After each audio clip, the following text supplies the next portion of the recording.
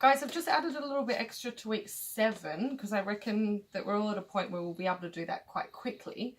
So now you should have your background with your grey and or possibly your more representational painting. Now we're going to bring in a bit of actual colour because greys work really nicely when we actually get some straight colour in. So I'm going to use a bit of red and maybe a bit of yellow and some of the green I've mixed.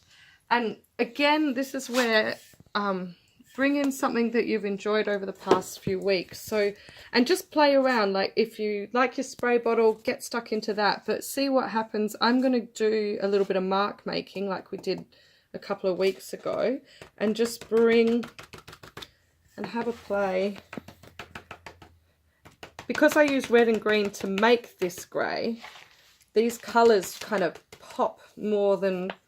will pop more than most. And you know what happens when we mix a little bit of our grey with the green, you know, you kind of you can get a really dark green. But have a play and bring some fun stuff over the top.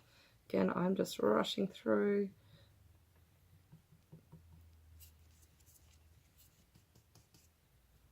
And just see how that colour sits. Don't, you know, even mixing a grey with the yellow, it kind of dulls the colour a bit, but because that's dulled, it actually makes the straight, brighter colours pop even more. It kind of creates a relationship with them. So I want you guys to have a play around with that on your backgrounds, but kind of working to a finished piece. As I said, I'm rushing through. And also with your more representational work, I'm gonna follow the colour of that mug and just bring a bit of red in. So the reddest part is kind of here. I'm not going to paint over all of it because I kind of quite like some of those marks that I made in the first one with the grey, but just kind of colouring around a little bit. So we know that it's a red mug, but kind of keeping, you can also, if you get quite a bit of paint off your brush, you can kind of do what's called a dry brush technique, where you kind of just rub over the top and the paint can it's a bit more transparent, I guess, and rub that through. I don't want to lose that dark shadow around here, so I'm going to bring a bit more of that grey in. If I mix some of that red with the grey, you get almost like a deep dark red, which also is going to look really nice with the shadows.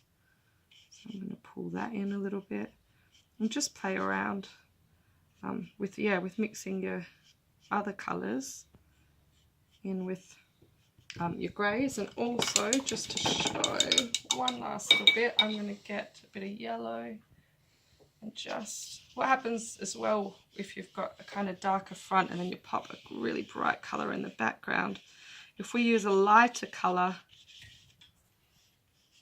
next to our darker colours and a darker colour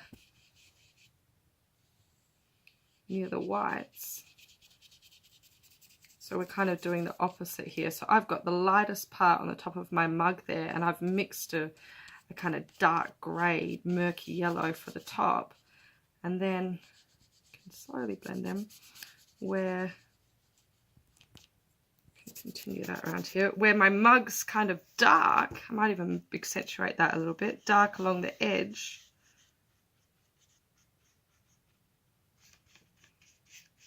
I've popped in that bright colour in the background. So just have a play around, you know, where you've got your dark colours, pop a light colour next to it. You don't have to be that conscious about it. You can just be really playful with it and see what works and what doesn't.